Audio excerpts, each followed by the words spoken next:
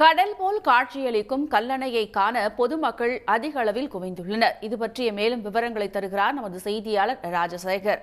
ராஜசேகர், தற்போது கல்லணையை காண எவ்வளவு பேர் வந்திருக்கிறார்கள்? அதனுடைய அழகை தற்போது நீங்க கூறலாம். அதாவது கல்லணையில மேட்டூர்லேருந்து திறந்த காவிரி நீர் கடந்த 31ஆம் தேதி அதிகாலையில் தஞ்சை மாவட்டம் கல்லணை வந்து சேர்ந்தது. அன்றைக்கே காவிரி பாசன பகுதிகளுக்கு தண்ணீர் பகிர்ந்தளிக்கப்பட்டது. அப்ப இன்னைக்கு விடுமுறை தினமான ஞாயிற்றுக்கிழமை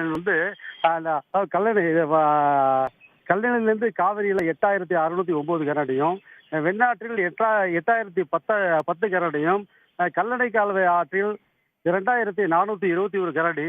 இது அணில கொள்ளிடத்துல 1,00,000 கனஅடிக்கு மேல தண்ணி போகுது. எங்கு பார்த்தாலும் தண்ணியா இருக்கு. அதாவது கல்லணையை சுத்தி அந்த பாலம் மக்கள் நடந்து போற இடம் மட்டும்தான். மற்றபடி சுத்தி 4 புறமும் நீரால் சூழப்பட்டிருக்கு. இந்த அழகை காண காலையில இருந்து தஞ்சாவூர் மாவட்டம், திருச்சி மாவட்டம், புதுக்கோட்டை, அரியலூர் பகுதியில் உள்ள சுற்றுப்பகுதியில் உள்ள மாவட்டங்கள் சேர்ந்து பல்லாயிரக்கணக்கான மாவட்ட பொதுமக்கள், சுற்றுலா பயணிகள் இங்கே கல்லணையை திரண்டு முகாமிட்டு இருக்காங்க. அவங்க வீட்டில இருந்தே உணவு கொண்டு இந்த கல்லணை அழகை பார்த்து ரசிச்சு இங்கேயே சாப்பிட்டு தங்கி இப்ப கல்லணையை பார்த்து எல்லாம் ரசிக்கிறாங்க. தண்ணி ஆர்ப்பரிச்சு தண்ணி போயிட்டு இருக்கு. அந்த கொள்ளிடத்து ஆத்துல தண்ணி போறதுக்கு அளவே இல்லைன்ற அளவுக்கு அவ்வளவு தண்ணி போயிட்டு இருக்கு. இது எல்லாமே மக்கள் மேல பாலத்திலிருந்து பாக்குறாங்க.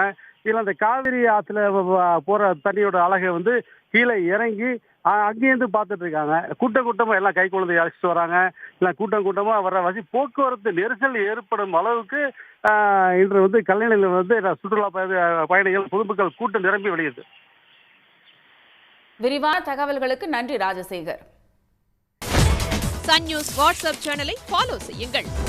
QR கோடை ஸ்கேன் செய்து சன் நியூஸோடு இணைந்திருங்கள்.